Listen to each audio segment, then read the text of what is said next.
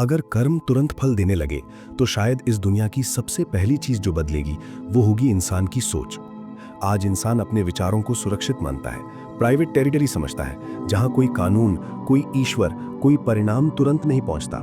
हम सोचते हैं और आगे बढ़ जाते हैं। लेकिन अगर हर नकारात्मक थॉट के साथ ही मन भारी होने लगे, अगर हर ईर्ष्या के साथ ही दिल थक जाए, अगर हर क्रोध के साथ ही भीतर कुछ टूटने लगे, तो इंसान पहली बार अपने मन से डरने लगेगा।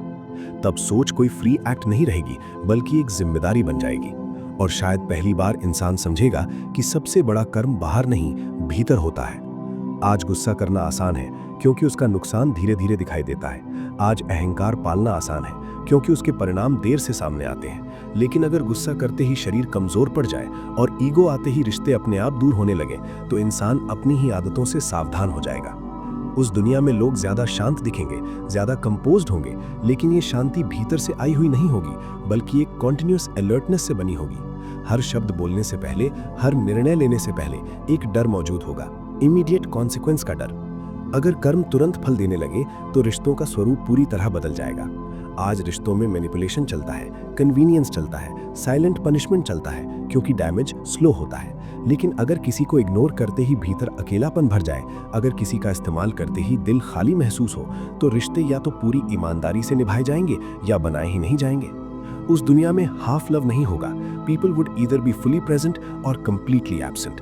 इमोशनल गेम्स खत्म हो जाएंगे क्योंकि हर चाल का असर उसी पल लौट आएगा।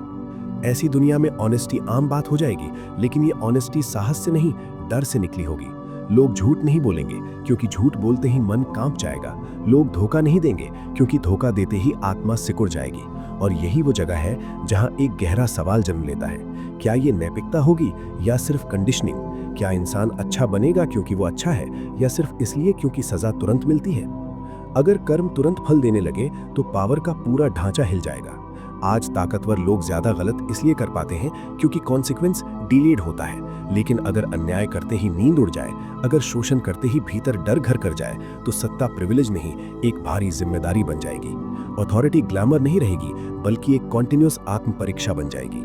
लीडर्स ज्यादा क्वाइट होंगे, बॉसेस ज्यादा माइंडफुल होंगे, और पावर एक बोझ होगी जिसे हर कोई उठाना नहीं चाहेगा। लेकिन इस दुनिया का एक और पहलू भी होगा, फियर ड्रिवन साइलेंस। लोग कम बोलेंगे, कम रिस्क लेंगे, कम एक्सपेरिमेंट करेंगे। क्रिएटिविटी धीरे धीरे सेफ चॉइसेस में बदल जाएगी। आज कलाकार अपने दर्द से कला बनाते हैं, गलतियों से सीखते हैं, अंधेरे से अर्थ निकालते हैं। लेकिन अगर गलती करते ही असहनीय पीड़ा मिलने लगे, तो एक्सपेरिमेंटेशन मर जाएगा। लोग वही करेंगे जो सुरक्षित है, प्रिडिक्टेबल है, अप्रूव्ड है। क्राइम कम हो जाएगा, लेकिन करेज भी कम हो जाएगा। अगर कर्म तुरंत फल देने लगे तो इंसान भगवान से ज्यादा खुद से डरने लगेगा, क्योंकि उस दुनिया में खुद से भागना इम्पॉसिबल होगा। मास्क पहनने का समय नहीं मिलेगा। तुम जो हो वही उसी पल दिखेगा। तुम जो छुपाते हो वही तुरंत सामने आएगा। प्रिटेंस इम्पॉसिबल हो जाएगा। इमोशनल नेकेडनेस उस दुनिया की डिफॉल्ट स्टेट होगी।